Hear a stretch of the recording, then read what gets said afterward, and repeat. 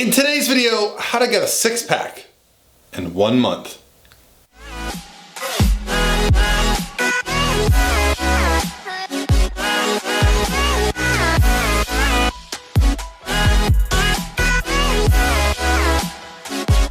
All by myself.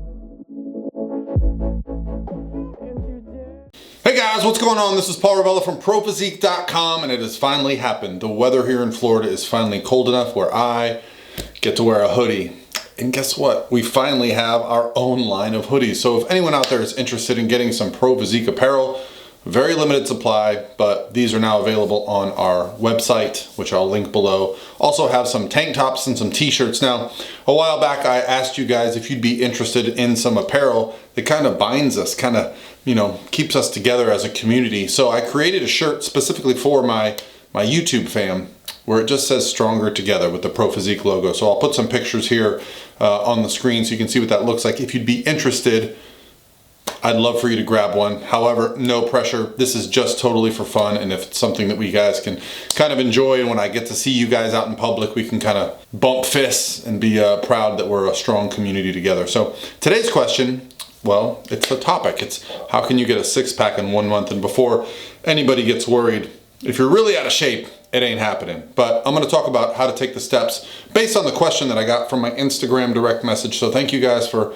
all the great questions. Believe me, I have been screenshotting. I have so many. I'm not going anywhere for the month of December. I'm staying right here in Florida. So I'm gonna be doing just about a daily video. So get your questions in now. Let's talk a little bit about today's question. I'm gonna read it for you and then we'll discuss it. It actually hurts my shoulder.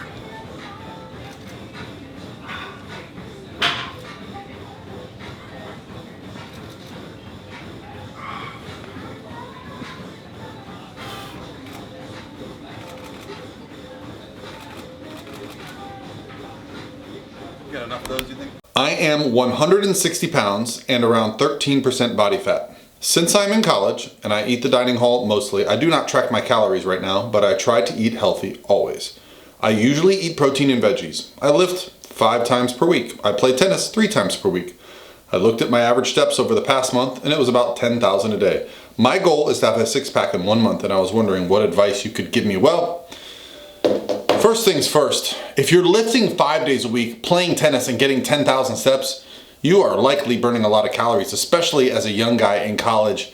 That is a really active lifestyle. So kudos on that. That is a great place to start. And being 13% body fat, to me, that's probably the comfortable spot for most men, which makes it very easy to maintain there. Now, the thing that you said to me that stood out the most was, I eat mostly healthy. Well, really, maintaining 13% body fat, that really only requires you to mostly eat healthy. However, getting to the elusive shredded six-pack, well, that requires you to always be aware of what you're eating, because going from average to elite can be quite difficult. So let's talk a little bit about just how you should do that. So going to school and eating in a cafeteria, if it's anything like my college was, Valdosta State, go Blazers. We had a kind of cafeteria setting where you could go in and get some food.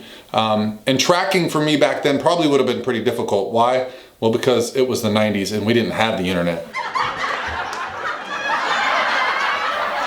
You guys have something we didn't have. So really what I would suggest is that you start using an app and at least estimating what you're doing. And if you want to get really specific, if this is really something you're serious about, I would get a food scale from like Target or Amazon. They're really cheap and they're really easy, and they don't even bother anybody. You can't even tell it's a food scale. It almost looks like an iPad now. And so what I would do is I would get food and I would just weigh it out and then really just learn what that looks like. I'm not suggesting you weigh out everything for the rest of your life or during this whole process, but just understanding what you're getting. Because when you say I eat mostly healthy with protein and veggies, well, you can overdo it on protein and veggies. It's much harder to do than, obviously on pizza and ice cream. But the point is, if you don't know what you're taking in, you're much more likely to overeat, because you're going to kind of give yourself these ins and outs of, well, I've been eating healthy so I can have this treat. Honestly, to stay at 12 or 13% body fat, it's gonna really be difficult to get under that if you don't know what your calorie intake is, because you're doing such a good job with the fitness level. But you might have to actually increase that. You might actually need to increase the cardio or decrease the calories, because obviously you're maintaining at this body weight. So what I'd suggest you do is using an app like MyFitnessPal, MyMacros+. I used to use FitDay. And what you can do is you can plug in the foods that you typically eat, because we, as kind of fitness-minded lifestyle people, we tend to eat the same things over and over. It seems like it's a lot of variety, but when you get down to it, we tend to repeat meals. And once you have a pattern of eating, you can start tracking without even plugging things in. You just know what's in your breakfast, what's in your lunch, what's in your dinner, and you can kind of do this process without being too granular. So what I would suggest is you start to be a little bit more accountable. I would also suggest another thing. You're playing tennis, which has a lot of rotation in it, so I'm sure you're getting a lot of core work. You're in the gym 5 days a week. But I would also be doing some direct abdominal work. My favorite exercises for the abdominals, and these have been without a doubt the reason that I have always some of the best core details when I'm on the physique stage, and I'll try to show a picture up here, but I get really defined obliques and abs on stage.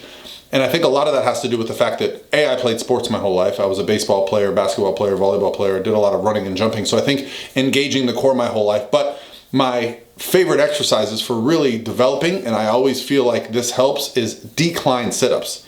And I don't do a lot of them. I'm not doing hundreds of reps. I'm putting myself in a position to do decline sit-ups between 10 and 20 reps, and I'll do multiple sets of that. Then I'll do some hanging leg raises, and I'll usually do some kind of planking or something to work on my core stability.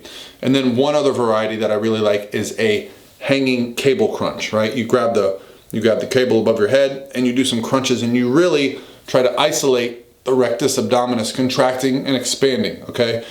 I really like that one because it doesn't cause any pain to the lower back. Sometimes the decline sit-ups, the hanging leg raises, you can get a little bit of motion in the lower body that if you have anything going on, it might bother it. So I like a good variety, and I'll do that 2 to maybe even 3 times a week, depending on the phase that I'm in.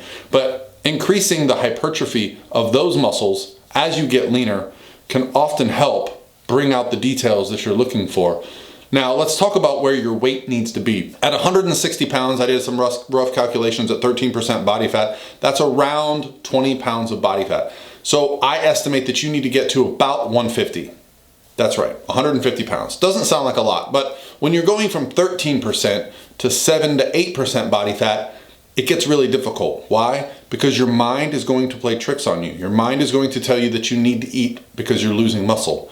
I promise you, as long as you're getting enough protein and you're hitting your daily goals, you're not going to lose muscle. You're going to have some days where you don't feel so great. You're going to have some lower energy days. Again, this is your body's ability to keep body fat on you. Our body fat wants homeostasis. Our bodies like homeostasis. Our brain controls all these functions in our body to make sure that as body fat goes up and down, things change. If you add body fat, you'll find you're typically less hungry. If you lose body fat, you'll find you're typically more hungry. Our body is always trying to keep us in this place where it's happiest. So pushing to a place where you're gonna have 6-pack abs, really lean, for most people, it's not a place where the body is going to be happy. So you're gonna have to push through some days where you have some low energy, where your strength isn't there. But trust me, it's very difficult to lose muscle. As long as you're keeping up with your training hard, eating well, you're gonna be keeping the muscle. But the mind games is there, because you're also gonna notice maybe your shirts aren't as tight. But when we're getting to this lean place where we look really good with our abs, well, we tend to look better with our shirts off than with them on. You tend to look a little bit better when you have a little bit more body fat on you when you're wearing a shirt. The shirts are a little more snug. This was one of the most difficult things for me the first time I dieted down and did a bodybuilding competition, was the fact that people started asking me if I was still training, even though I was going to work knowing I was shredded underneath, but I had button-up shirts on, slacks, and I just didn't look as filled out. I didn't fill out my t-shirts, my button-up shirts, my work shirts. However, when I went to the gym and worked out and went in the locker room and hit a few poses, I looked amazing. I felt great. But the psychology of hearing other people say, hey, are you still training? What's going on? You look different. That can be difficult for some people. So you have to be mentally strong. The psychology of this process is probably just as, if not more important than the physiology, because when you understand what's happening and you can explain it to yourself and to those around you, well, you can push through barriers that you might not otherwise be able to do. How do we get to six-pack abs in about a month? Because that was a key component. And for you to lose 2.5 pounds per week, now let's talk about lower calorie days. The most important thing here is that we're keeping your protein in a good range. At 160 pounds, I'd probably keep it around 160 to 180 grams throughout the process. Fat, I wouldn't want you getting more than 40 to 45 grams as the basement, right? Carbohydrates, well, I don't know what your caloric needs are, but based on the fact that you're playing tennis and you're lifting weights, 100 to 200 grams of carbs a day would probably be the basement I would go for you. So where do we go for cardio if you're already playing tennis and you're lifting 5 days a week? Well, a lot is made of things like high intensity interval training, cardio. However, since you're already doing tennis, which is, pretty high intensity, you're running back and forth quite a bit, I would suggest low intensity steady state. Now, why? The fuel source that your body uses for energy is based on the intensity of the movement that you're doing. So for something like low intensity steady state, the body's primary fuel source is going to be adipose tissue. It's going to break down fat for fuel. Something like high intensity sprinting, HIIT intervals, your body is going to be using glycogen for fuel, okay? So when I have someone getting close to contest shape, getting lean, I like to use low intensity steady state. My favorite is walking on a nice incline on a treadmill, breaking a little bit of a sweat. Why? Well, you're breaking the sweat, so you're burning some calories, but it's not so intense that it's going to interfere with your ability to do your tennis or lift weights. It's going to be difficult at times while you're doing it. You're going to be breathing heavy, but once you're done, you'll feel great. So for this reason, it's easy to fit it in. Now you're only getting 10,000 steps a day. Well, if you move those 10,000 steps to an incline treadmill, you might see some magic happen. I actually got a treadmill for my house. That's all I used last year for contest prep, and I got the leanest I've ever been. I did not one HIIT cardio session. I only did low intensity steady state. And what happens when you use this for a long period of time, you do have to increase it, but the time can be used as well. You can do things like be productive.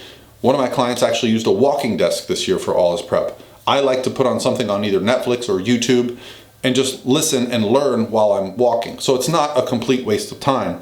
The difficulty for some can be convenience. I have it at my house. Some people need to go to the gym.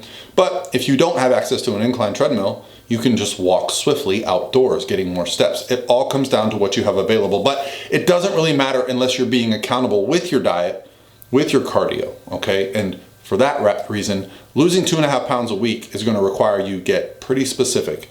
I would suggest a pretty aggressive approach to calories and cardio for those 4 weeks, and then have a plan on how to come out of it. All right, well, hopefully this helps you in your journey, and I'll talk to you guys tomorrow.